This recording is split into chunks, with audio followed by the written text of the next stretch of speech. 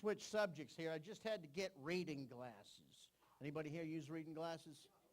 Yeah, here's my problem. See, I read a lot, you know. I'd be reading, my eyes get tired. So I go to the medicine cabinet, get some eye drops. And not to get off on a tangent, ever notice how old some of the stuff in your medicine cabinet is? I get a medicine, I've got Flintstone vitamins in there. I don't even have kids. Well, I ate one of them. Well, it was Betty, you know what I'm saying? Come on. You guys know what I'm talking about. Hell yeah. Betty was the original Stone Age MILF. When I was a kid, man, I used to watch the Flintstones, and I knew I wanted to get me some Betty as soon as I found out what get me some meant. I didn't know what it was about her, but she was making my pants tight. I don't know. But anyway, I'd be reading. My eyes get tired, so I go to the medicine cabinet, get some eye drops. I go back to reading, and my eyes start burning, so I go get some more eye drops. I go back to reading. My eyes are on fire. I finally got fed up with this. I went and see an eye doctor. He prescribed reading glasses. Now my eyes don't burn because now I can see those eye drops are actually fingernail polish remover. Yeah, that shit burns.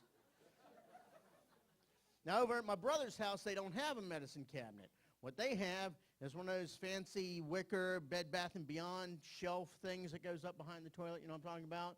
Got the shelf for the good towels for company and all. And I'm noticing that they got like, there's a jar of Tux hemorrhoid pads out there. Also noticed my nephew's Stridex pimple pads. So I did a little experiment. Yeah, I took some of those Tux pads, put them in my nephew's Stridex jar. Didn't do much for his acne, but he's not an asshole anymore.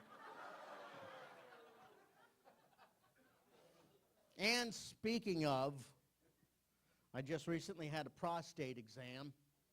Which, guys, you know, if you got to have it done, get it done. Take care of business. Everything turned out fine up until the time I got home.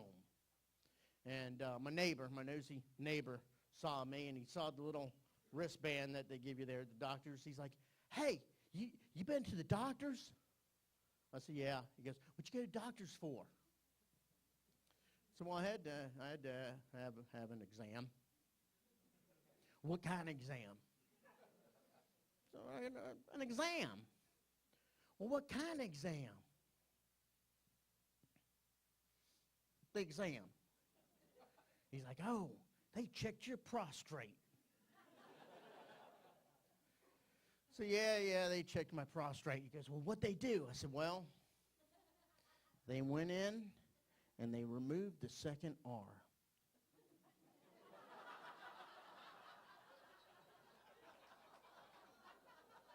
Some of y'all didn't get that one. Here's the thing about my neighbor. He mangles up the English language. He mispronounces words left and right. He thinks he knows everything. He doesn't know shit. For instance, he loves to talk about the Kennedy assassination. He will sit and talk with you all day about the single bullet theory, the grassy knoll, second gunman. He will tell you that Oswald shot Kennedy from a book suppository.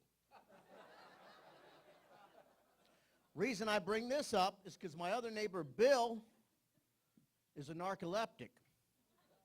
He suffers from narcolepsy, that disease that makes people fall asleep. You know what I'm talking about? Well, when I moved in, Bubba asked me, he's like, have you met Bill yet? I said, yeah. He goes, notice anything strange about him? I said, yeah. You know, I was talking with him the other day, and he kept falling asleep on me. He goes, yeah, that's because Bill's a necrophiliac. I thought, well, no wonder he's tired. He was probably up all night screwing dead people.